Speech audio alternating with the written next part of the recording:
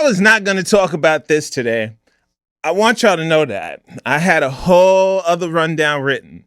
I had graphics made. And then in the span of like 4 days, Diddy got himself a new zip code.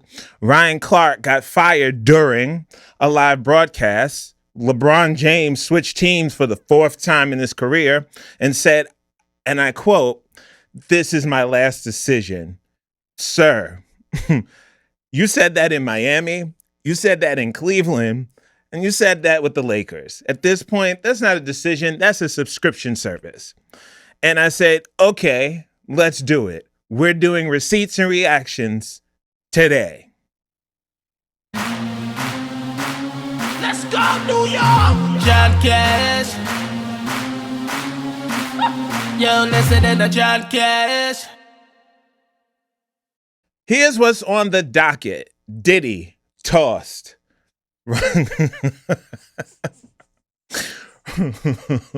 Ryan Clark fired mid-sentence on live TV. LeBron, Sixer now, apparently forever. 50 Cent pulling out of a whole city but still finding time to clown Rick Ross on Instagram. Jay-Z, 3 nights, 1 stadium, and a question I need y'all to actually think about with me. And I'm going to tell you right now, stick around for the back half of this one because story number 6 today, I'm not going to be cracking jokes about. It's the Nolan Wells case, and it deserves more than a punchline. So if you're only here for the laughs, you're going to get plenty of them. But don't check out before we get there because that segment matters too. That's the show. Let's get into it. If you're new here, and if the algorithm brought you, I see you. Welcome to the family. Hit the subscribe button right now because I promise you, you have not seen a show pull receipts the way this one does. All right, let's start with the man who apparently can't stay out of the news even when he gets no freedom to move. So TMZ is reporting, let's call this segment Diddy Got Tossed. Diddy Got Tossed. I like that name. Diddy Watch. So TMZ is reporting, and TMZ has been very consistent with these Diddy updates. They basically got a beat reporter camped outside Fort Dix at this point.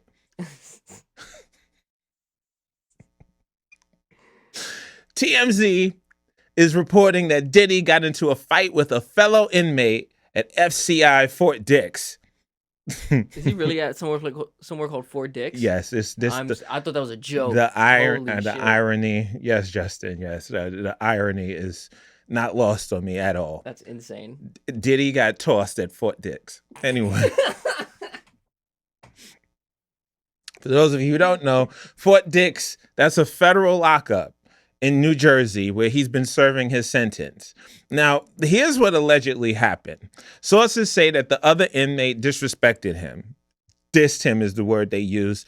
And Diddy decided he was going to handle that himself. The two of them get into it, pushing, throwing punches, a real scuffle before prison staff came in and separated them. And multiple sources are saying, and I love this detail, by the way, that Diddy held his own in the fight. Who's saying that? What? Multiple sources. Why is this a relevant detail? Who cares? Which, okay, I don't know who's out here doing PR for a man's prison fight, but somebody Really? made sure that detail got out. He held his own, like it was a Yelp review. Yeah, right? Like, I need to play-by-play.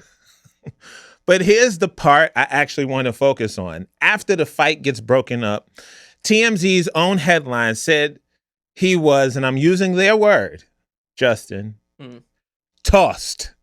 Oh, they said that. Bro, this is insane. Into solitary confinement, not placed, not escorted, not transferred with dignity to a private wing, tossed into the hole. There's no way they didn't know what they was doing. Like a salad.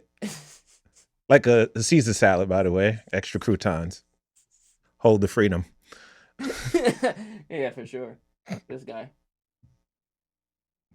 Now, it's unclear how long he's going to be in there. It could be days. It could be longer if this turns into an actual disciplinary case. And look, this is a man serving a 50-month federal sentence on 2 counts tied to the Mann Act. and he's currently projected to get out in February of 2028. So he's got a minute left on this bid regardless. But you think after everything, the trial, the conviction, the whole public unraveling, you think a person finds a way to keep his head down and just get through it. Instead, we're out here starting new incidents in a federal prison. Meanwhile, and this is wild to me, the same week we're getting reports that he just sold his old waterfront mansion on Star Island in Miami for $55 million, which is $20 million more than he paid for it back in 2021 when he bought it off of Gloria and Emilio Estefan. Do the math with me. That's roughly a 57% return in under 5 years on a house he bought while he still had his freedom. So the man is somehow still profiting in real estate from prison at a better return than most people get on their whole stock portfolio, while also getting tossed in the hole for fighting. He's having the time of his life in there. That's a hell of a split screen. Yeah. Financially thriving, but physically in timeout. I don't think he's in timeout. I saw a video of him riding a motorcycle in there, man. That may be one of the things he's riding, allegedly. And look, I know somebody's going to comment, John, why are you making jokes? The man's in prison. What? Look, he tossed somebody in a fight and got tossed in return. And not the way he usually gets tossed. It's too Allegedly. The universe wrote this bit. I'm just a delivery guy, by the way. Yeah. I want to know what y'all think in the comments. Does solitary confinement actually change somebody, or does it give a man more material for whatever memoirs are coming out in 2029? Drop it below. I do read these. All right. So from a man who got tossed somewhere he didn't want to go, let's talk about a man who definitely got tossed and he didn't see it coming on live television. Okay, so this one is wild to me just from a human standpoint. Forget the sports politics of it for a second. Ryan Clark, 11 plus years at ESPN, one of their most recognizable NFL voices, NFL Live, Sports Center, First Take. He actually won a Sports Emmy in 2023. Ryan Clark got fired during NFL Live on air while the show was happening. What? Now, here's how it went down. According to multiple reports, Clark's doing his usual thing, giving his analysis. The show then goes to commercial break, and he never comes back for the final segment. Mina Kimes reportedly looked visibly uncomfortable. Nothing was said on air about it. And then the news breaks online basically in real time because outlets had already reached out to ESPN for comment on the layoff. And that's actually why they rushed to pull him. They were scared he'd find out from Twitter before he found out from them. Yo, what the fuck? What could he have done that they would took him off mid-air? Like, so think about that for a second. This is the professional equivalent of getting dumped over text while you're still on the date. yeah. He's sitting there giving hot takes about the Jaguars, and somewhere behind the scenes, somebody's going, quick, get him off before he sees the headline. How would he have? He was on the air. You know how we could multitask. You're right. Maybe he check his phone real quick. Yeah, I'd always check my phone. You're right. In between takes, in between, recordings. I guess. Yeah, that's fair. Now, this is reportedly part of a bigger round of layoffs tied to ESPN and Disney integrating the NFL network's assets they had picked up.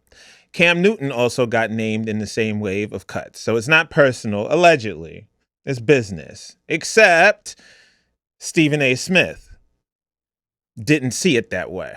Stephen A. went on his own show and said, and this is close to verbatim, that Ryan Clark is his brother, arguably the best NFL analyst in America, and that ESPN asked his opinion beforehand and then overruled him anyway.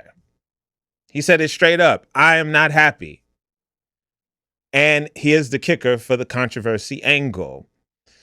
Clark was reportedly supposed to be a big part of ESPN's Super Bowl coverage next year.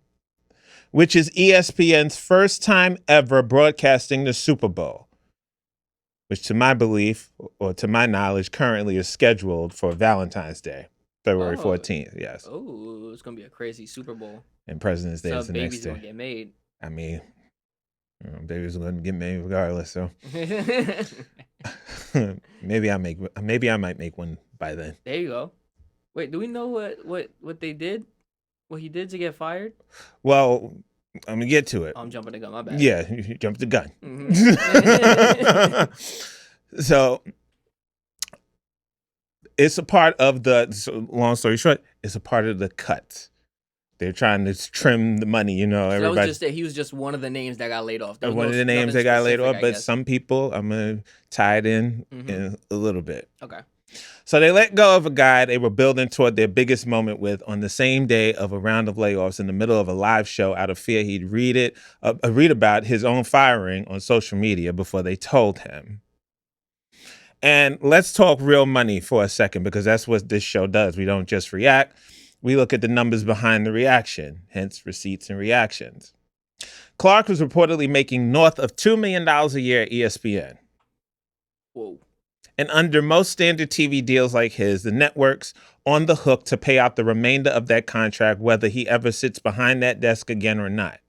So this wasn't even a short-term cost-saving move. They're paying him regardless of when they cut him loose. But he also was up for contract soon. So, which means the only thing that Timon actually accomplished was making it messier. There was no financial upside to doing it live. This was just poor execution. Let that sink in for a second. The reason they pulled him mid-show wasn't cruelty exactly. It was panic, which somehow makes it worse. It's not we planned this coldly. It's we panicked and this was the fastest option. That's not a corporate strategy. That's a corporate fumble. You like how I tied that in? I did like that. Yeah. I did. Yeah. It's crazy how they fired him. They were going to do it after the segment and not like before he went on. He was supposed to be fired the following day, but the list had leaked out somehow. That's crazy, man. And somebody, they didn't want it to leak out. Yeah. And he also had got into a squabble on air. Oh, really? With a fellow colleague. And they're trying to tie that as the reason. Yes. So, yeah. Bullshit, bro. So Clark himself has stayed pretty composed about it publicly, to his credit. He posted on Instagram the next day some gym footage. He said his peace is with God, said the world can't strip him of what's real. And that was a classy response, honestly. Not the one I would have did, but classy doesn't mean it wasn't a Bush League way to handle it. This is exactly the kind of story where I need y'all in the comments, because I already know this is going to split the room. Smash that like button right now if you think ESPN handled this with zero respect for the timing. I don't care what the budget reasons were. You don't do a man like that on live TV. All right, before we get into the next big story, let's pause for a second, because y'all left some comments on previous episodes, and I want to actually get to them. So let's get into the listener mailbag. First one's not exactly friendly, so let's have some fun with it. The listener wrote in about our Cash the Record episode on Kanye West. Ooh. And I'm reading this close to verbatim, and they said I was, quote, an idiot who didn't know what he was talking about when I gave Kanye credit for influencing a whole generation with 808s and Heartbreak, and that all the credit should actually go to Kid Cudi. Didn't Kanye? That's that. They called me an idiot. I'm just telling you what I'm just telling you. We don't got to break it down right now, but that's okay. First of all, calling me an idiot and then trying to teach me music history in the same breath is a bold strategy. Respectfully, sit the fuck down. Okay? Now look, I'm not going to pretend Cudi didn't have real fingerprints on that sound. The man's talked about it himself, and if we're being honest, day and night was cooking in the same kitchen around the same time. But 808s and Heartbreak has Kanye's name on the album, Kanye's voice on the auto-tune, and Kanye's fingerprints on the entire decade of moody rap that came after it. Giving Cudi all the credit for Kanye's album is like giving the guy who held the ladder all the credit for painting the house. Nice try, though. Keep listening. Keep disagreeing with me. That's what the comment section is for. Period. Yes, I had to get my little New Yorker on real quick. Yeah. Now, the second one is a much nicer note. So let's balance the scales because we like to balance the scales here. Mm-hmm. The listener on our Aaliyah Cash the Record episode said that they agreed 100% with my pick of Are You That Somebody as her signature song and told me to keep up the great work. I appreciate that genuinely. You know, that episode was a labor of love, and it's good to know it landed the way I wanted it to. Keep sending me these, whether you agree with me or you think I'm an idiot. I read every single one. All right. So the mailbag's closed for now. I've got a couple more of these later, so stick around. But right now, let's get to the story everybody's actually been blowing my phone up about. A man somebody actually saw coming from a mile away. He just took his time getting there. LeBron James is a Philadelphia 76er. This guy. Yes. Man, how old is he? Hold on one second. I gotta take a quick sip. I might do the same. Yes, this is Licious Island Vibes. This is the Island Punch. This is the featured drink of Licious Island Vibes. What flavor is yours? Island Punch. Island Punch? Oh, okay. Yeah. You got the pineapple ginger. Yeah, it's very good. One of the featured sponsors of the John Cash Show podcast, so check them out on Instagram. Licious Island Vibes. That's LICIOUSISLANDVIBES. I felt like Usher real quick. USHERAYMOND. Did that one take. Yes. So once again, LeBron James is a Philadelphia 76er. I need you to say that sentence out loud to yourself because I've said it about 6 times. It sounds weird. Today, and it still doesn't sound real. Here's the timeline. LeBron's coming off a Lakers season where, let's be honest, he took a back seat to Luka Doncic for most of it. He averaged 20.9 points, 6.1 rebounds, 7.2 assists, which is his lowest scoring average since his rookie year. There were real signs he was leaning toward retirement. He said as much himself, that after the season ended, he thought he was done. He wasn't ready to announce it, but he was pretty sure he had played his last game. Then he takes his time. He's reportedly considering the Cavaliers, the Heat, Golden State, Minnesota. The Sixers, by most accounts, weren't even in the conversation at first, until Philadelphia goes and pulls off this blockbuster trade, sending Paul George and draft picks to Boston for Jaylen Brown. That move apparently changed everything. Embiid, Maxey, and Brown all reportedly reached out to LeBron directly to recruit him, and he said yes. 2 years, $8 million with a player option. $8 million for LeBron James. That is, that's a lot. He's not in his prime no more. But that's less than what he made in about 3 regular seasons with the Lakers last year. Oh, really? How much did he make with the Lakers? Assload of money, about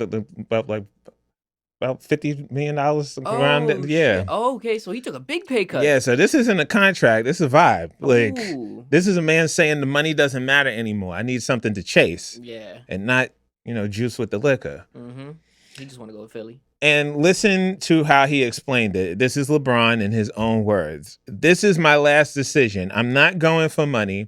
I'm not going for family. What I am really playing for at this point, I still want to sacrifice. I still want to work. I still want to grind. I still want to compete, to win, and to have a chance at the feeling of winning another championship. I believe I can help make the Philadelphia 76ers a championship team. And I am so excited to energize a new fan base and start this incredible journey one last time. This is my last decision. Bruh. Hey, bruh. When was the last time he was in a championship? It's been a minute. I think 2020. Yeah, with the COVID year. Yeah. Oh, yeah, not horribly. 6 years. I feel like one of the AI fruits. The thing instead of I hate that. That shit is annoying. I went to work, she left me, like what? Shut up. But bruh, you said that about Miami. You said that about Cleveland. You said it in spirit about the Lakers. At this point, the decision isn't a special anymore. It's a franchise, like the John Cash Show podcast. We are officially on the decision for the sixth inning. I say we start a pool right now for what he calls Decision 5, if there is one. He's gonna go back to one of his legacy teams or some shit. That's what he's gonna be like, oh. Somebody get me odds on that. That's all I know. But I'm gonna be real with y'all for a second because I don't want to just clown this one and move on. There's something actually kind of poetic buried in here. If this is really his last stop, and it sounds like it, at 41 years old, entering his 24th season, that means when LeBron James retires, he retires as a Philadelphia 76er, not a Laker, not a Cavalier, not a Heat legend, a Sixer. After Cleveland, Miami, and LA all got their own eras with him, Philly gets the last one, the final chapter. Sit with that for a second. Philly, because that's not nothing. So follow the show wherever you're listening to this right now, because I promise you every time something this big drops in sports or entertainment, we're going to bring it right here, breaking it down with the receipts. And if decision 4, the sixth inning, made you laugh just now, clip that part right now and post it. Tag me in it. I will find it and I will repost my favorites. All right, let's go from the last decision to a man who's making some very inconsistent decisions about a whole city. All right, so this one's actually 2 stories that collided into each other this week, and I need to walk you through both because the way they connect is honestly kind of hilarious. You ready, Justin? I'm ready. Okay. 50 Cent, through his company G-Unit Film and Television, committed over $124 million to turn downtown Shreveport, Louisiana, into an entertainment hub. We're talking renovating a facility called Stageworks, modernizing Millennium Studios, and building something called the G-Dome, an immersive venue meant to attract major productions. The state of Louisiana backed it with $50 million in performance-based funding. Economic projections had this thing generating almost $19 billion in impact and over 6,000 jobs across 20 years. This was a big deal for a city that's been trying to rebrand itself as, quote, the Hollywood of the South. And just last month, 50 Cent was at the groundbreaking ceremony for the G-Dome, saying Shreveport was going to be totally new in 5 years. Then, this past week, he posts something cryptic on Instagram. He says there are people in Shreveport who, quote, just don't want things to get better, end quote. Says he only makes deals that make sense, and then he says, I'm going to have to pull back on the Red River. Damn, that's disappointing. Now, I only make deals that make sense. My dude, Fifth, that is the exact same energy as somebody saying, I'm not mad while they're clearly mad. Nobody posts a cryptic pullback threat about $124 million investment because everything is going great. Now, here's where it gets a little bit, a little bit sticky. I'm going to bring you up to speed. The mayor, Tom Arsenault, came out and basically tried to smooth it over, said he hadn't spoken to 50 directly yet, but planned to, and that he still believes 50 intends to honor his commitments. But then it got a little messier. Oh, Lord. Because when the mayor made some vague comment about the two sides being in talks, 50's own team came back and said essentially, no, we're not. Nobody's called us. So even the smoothing over turned into its own little back and forth. Jeez Louise. That's the kind of thing where both sides think they're winning the exchange, and meanwhile, the actual city of Shreveport is just standing there like, are we still getting the G-Dome or not, y'all? Now, watch this, because this is where it gets good. 50 Cent pulls back publicly, cryptically, from an entire city but he still got enough energy left over to pull up on Rick Ross's Instagram. Oh, yeah, now he beefing with him. Because right around the same time Rick Ross drops his new album, Set in Stone, early numbers started circulating that it's projecting somewhere around 26 to 30,000 units in his first week, which for context is actually lower than his 2021 album and would put it outside the Billboard 200's top 20. 50 Cent sees this and cannot help himself. He posts, and I'm going to give you this close to verbatim, quote, "I just saw your record sales. LOL, 2000. What the fuck?" End quote. 2000. I love your face. Now, to be clear, the actual reported number is close to 26 to 30,000 units. 50 rounded all the way down for the bit, but you know what? Respect the commitment to the joke. That man was not trying to be accurate. He was trying to be funny. And honestly, he succeeded because it went everywhere. He didn't stop there either. He also posted, quote, 20 features under 10,000 sales. Damn, boy, it's over, end quote. Which, if you know anything about a Rick Ross album, you know that man puts everybody on a song. T.I., French Montana, Gucci Mane, Jeezy, Kodak Black. The track list reads like a damn group chat. Ross then claps back and calls the whole sales narrative propaganda. He says it's bots pushing the low numbers. Says he doesn't care as long as people are spending money and the music is good. His words. That's who fights my battles, the bots and all that. So here's my read on the whole thing. 50 Cent will divest from an entire municipality. We use big words around here. Yeah. But he will not, under any circumstances, divest from clowning Rick Ross. He got free time. That is officially the one investment in his entire portfolio that is recession proof. Doesn't matter what's happening with Shreveport. Doesn't matter what year it is. That account is always liquid. Yeah. No, when he's feeling bad, he can just go pick into that pocket. All right, drop a comment right now. Team 50 or Team Ross. I read every single one of these, so don't be shy. I might read the best ones out loud during the next Receipts and Reactions mailbag. Now, before we get to the biggest concert story of the year, let's hop back into the mailbag real quick because I've got a couple more things I need to get off of my chest. Okay? So, but before that, this one's not a comment. This is just me talking straight to y'all for a second. Now, according to the most recent analytics available to me, this show has crossed over 1 million views over the last 365 days combined across the social media platforms, TikTok, Instagram, and YouTube, most of all, 1 million.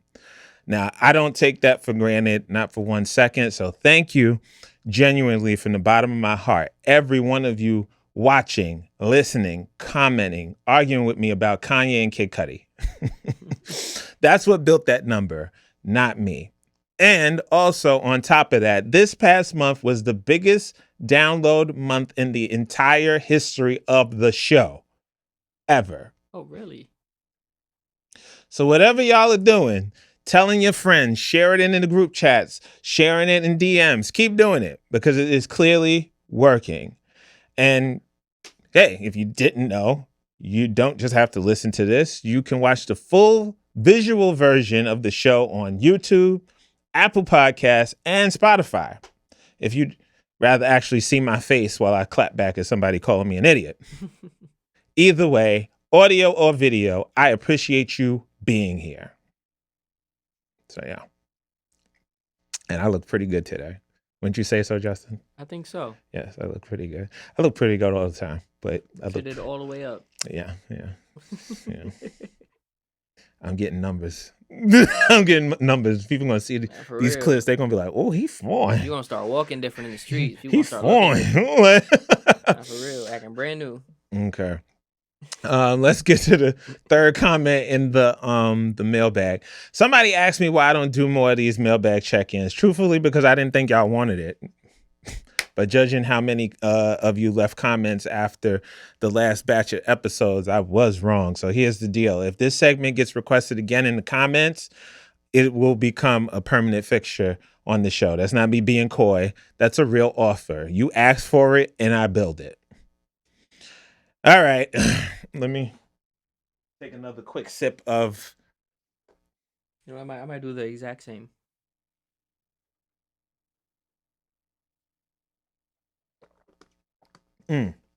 Island Punch. LiciousVibes.com. Anyway. Pineapple ginger is very good as well. Only Yes. 2 ingredients, pineapple and ginger. Yeah. No added sugar. No added sugar. Which is great because I'm trying to lose weight, actually. Yes. And I'm trying to lose weight too. You see a couple of the love handles and little That's tummy, my problem but too. you know, I'm about to do my planks and all that other stuff. There you So, go. yeah. So, all right, enough of me getting sentimental on y'all. Let's get back to the stuff y'all actually can't stop sending me. Fourth thing, and this one's not really a comment, is more of a y'all keep sending me this situation. Hunter Biden's interview. He was on he was on the I've Had It podcast, and he said, quote, "Everybody knows there is this closeted gay mafia, largely Republican, that exists in Washington, D.C., and everybody knows every single one of them who's gay." I mean, yeah. He called the whole thing, quote, "the closetocracy." Said the real problem in Washington isn't the oligarchy, it's that. Now, when the host actually asked him point blank about the late Senator Lindsey Graham, Hunter said, yeah, of course, everybody knew. That's the one name he actually confirmed on the record when asked directly.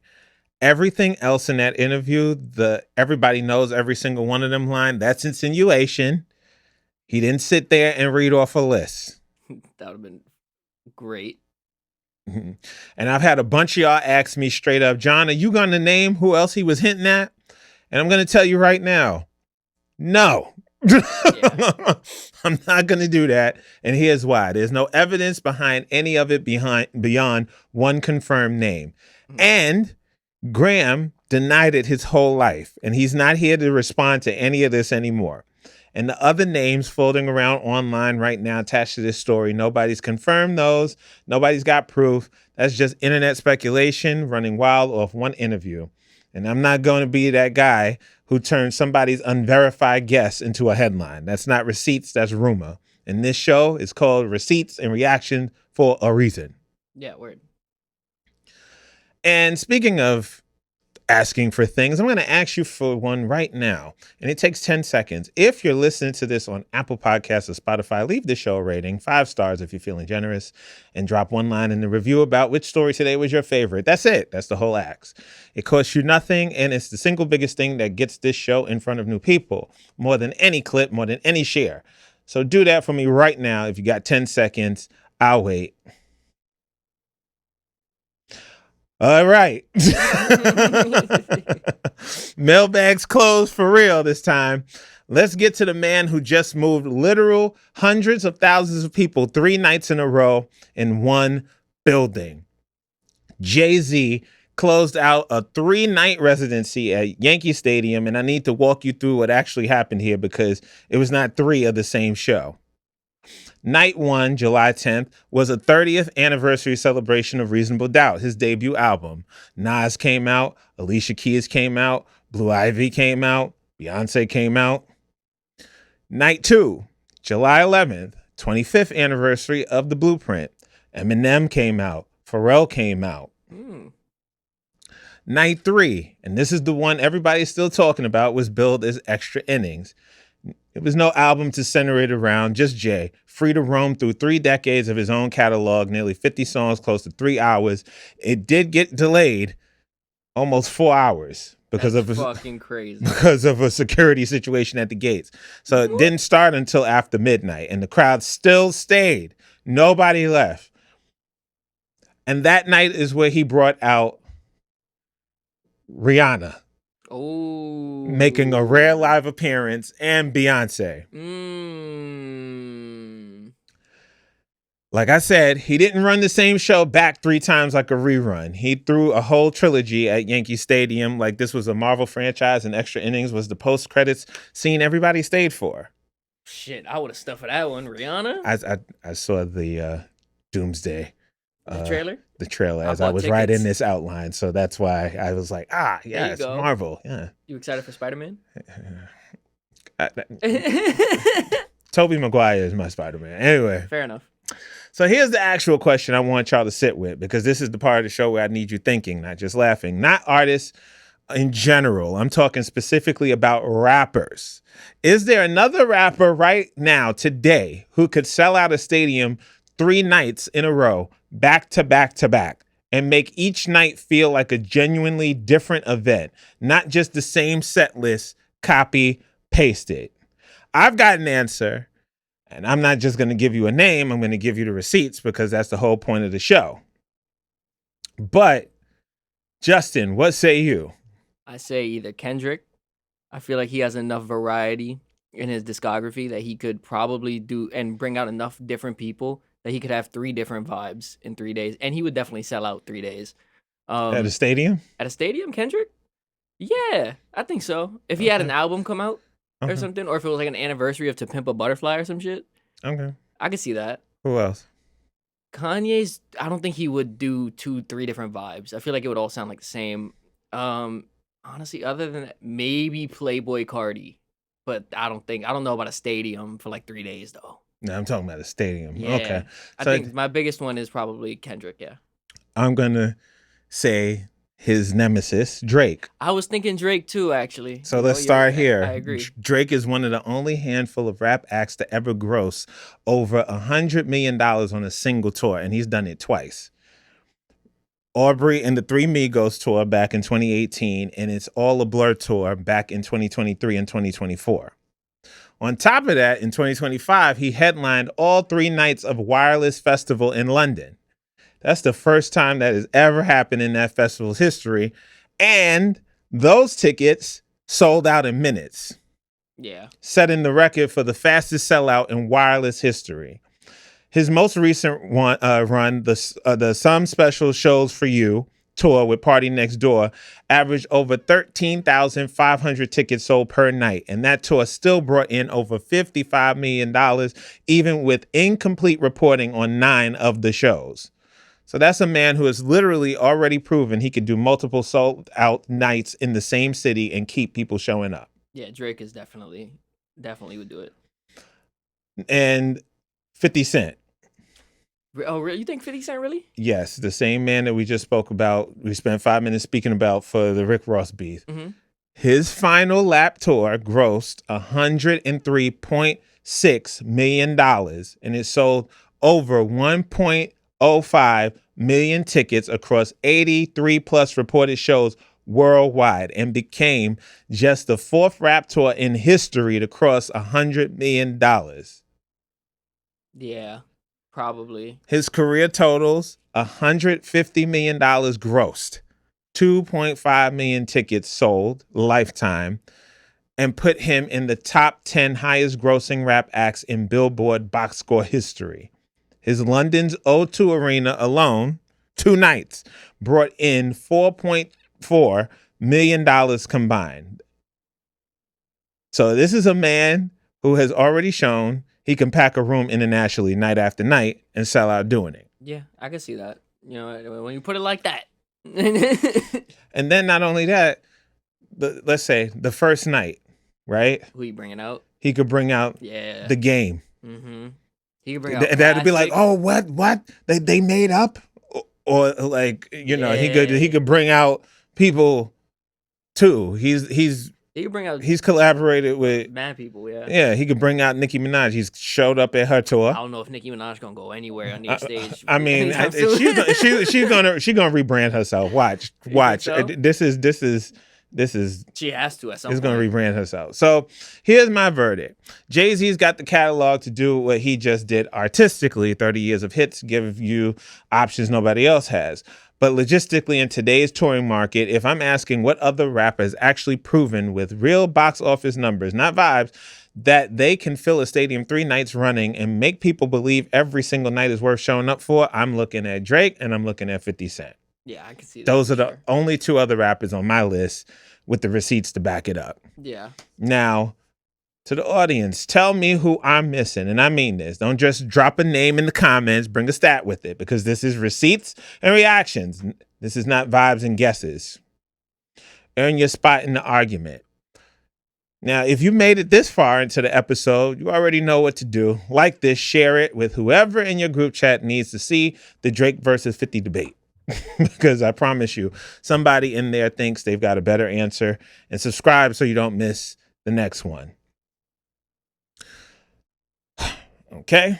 All right. So before we close out today, I want to shift gears because the next story isn't one I'm going to crack jokes about. This one deserves a different kind of attention. I want to talk about the Nolan Wells case because it's been getting a lot of attention, and I think it's important we talk about what's actually known right now versus what's speculation. Nolan Wells was 18 years old from Ocean Springs, Mississippi. On the 4th of July, he went on a boat trip to Horn Island with a group of friends. He was the only one in that group who didn't come back. His body was found on the island 2 days later. Since then, this case has drawn national attention, and a lot of that attention is tied to unanswered questions and to concern expressed publicly by his family's attorney and by civil rights organizations about whether race played a role, given that Wells was black and the friends he was with were white. Here's what we actually know as of the most recent reporting. An independent autopsy was conducted. It was privately funded, paid for by Colin Kaepernick at the request of the family's attorney, Ben Crump. That independent autopsy came back inconclusive. The forensic pathologist involved said that the body wasn't in a state that allowed for a complete review and that the results are, quote, inconclusive pending further investigation. Separately, the official autopsy from the Mississippi State Medical Examiner's Office is still pending toxicology results. Ben Crump has pointed to what he calls contradictions in the accounts given by the friends Wells was with, differing versions of why he stayed behind on the island instead of getting back on the boat. There's also been attention on the fact that Wells' phone was missing and that his parents reportedly located it before investigators did.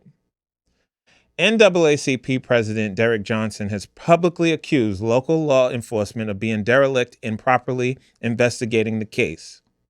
Mississippi's governor has pushed back on that, saying activists are, quote, stoking division, end quote. And officials have said the FBI is now investigating threats that have been made against witnesses, public officials, and the Wells family directly as this case has escalated online. And I just want to say this plainly. As a parent, as a person, no parent should ever have to live through this. Your child goes out with friends on the 4th of July and they don't come home. And weeks later, you still don't have answers about why they didn't come home. That is one of the worst things a human being can go through. And it doesn't matter what state you're in or what the investigation eventually finds. Nobody should have to sit in that kind of unknowing. Now, here's where I want to be fair to everybody involved. If it turns out nothing nefarious happened to Nolan, if this was a tragic accident, nothing more, I hope that comes out clearly and soon because the family deserves that closure. They deserve to know one way or another. But I'll also say this. According to reporting from CNN and other outlets, the friends who were with Nolan have retained attorneys. There's been widespread reporting that some of their social media accounts were set to private or deactivated in the days after his death. Now, one of the mothers involved has publicly said there was nothing nefarious behind deactivating her account. She said she did it out of fear for her own child's safety, given how heated things got online. That's a real explanation. I'm not going to pretend it isn't, but I'd be lying if I said that the combination of luring up quickly and pulling back from public view doesn't look suspicious to a lot of people watching this from the outside. It's a fair thing for people to be asking about. And if it does turn out that foul play was involved, if somebody did something to Nolan Wells, then whoever is responsible needs to be held accountable fully and beyond the shadow of a doubt, not rushed, not railroaded, but genuinely and thoroughly investigated and prosecuted if the evidence supports it. That's what this family is asking for. That's all anybody should be asking for. I want to be really clear about something. As of right now, there is no confirmed cause of death and no charges have been filed. This is still an open and active investigation. And I'm not going to sit here and tell you I know what happened on that island, because I don't. And neither does anybody else outside of that investigation right now. What I will say is this. There was a family that buried their 18-year-old son this past month. And by their own account, they have not been able to sleep right since he went missing. Whatever side of this you find yourself leaning towards, whatever your gut is telling you, keep that family in your head before you go tweet a hot take about it. We'll keep tracking this one as more comes out, and when there's real news, we'll bring it straight to you, same as we did today. All right, that's the show. Quick recap, one line each. Diddy, tossed. Ryan Clark, fired mid-broadcast, and Stephen A. is still not happy about it. LeBron the Sixer, allegedly forever. 50 Cent pulling out of a city, but never pulling out of a Rick Ross joke. Jay-Z, 3 nights, 1 stadium, and apparently only 2 other rappers alive who could even attempt it. In the Nolan Wells case, still unresolved, still developing, and still deserving of more care than clicks. That's 6 stories, 0 filler, and I think I've made it home under 35 minutes. That's the show. Right? Let me see. About 40 minutes, about 30. Actually, maybe about 35. Okay. Ooh, timed in my head. And real quick, the next episode on Hot Take Court, I've got a story I've been sitting on that might make the Diddy segment look tame by comparison. I'm not saying anything else right now. Just come back for it. And if you want more of that mailbag energy, let me know, because you basically voted for it already today. If you rock with this, subscribe, follow the show wherever you're listening right now. Leave that rating and review if you haven't yet. It genuinely takes 10 seconds. It's the biggest favor you could do this show. Share this with the person in your group chat who is already arguing about LeBron, because I know they're out there. And hey, if Toss Like a Salad got you, clip it, post it, tag me. I'm looking for it. I'll see you all next time on Receipts and Reactions. We out. Let's go, New York! John Cash. Yo, listen to the John Cash.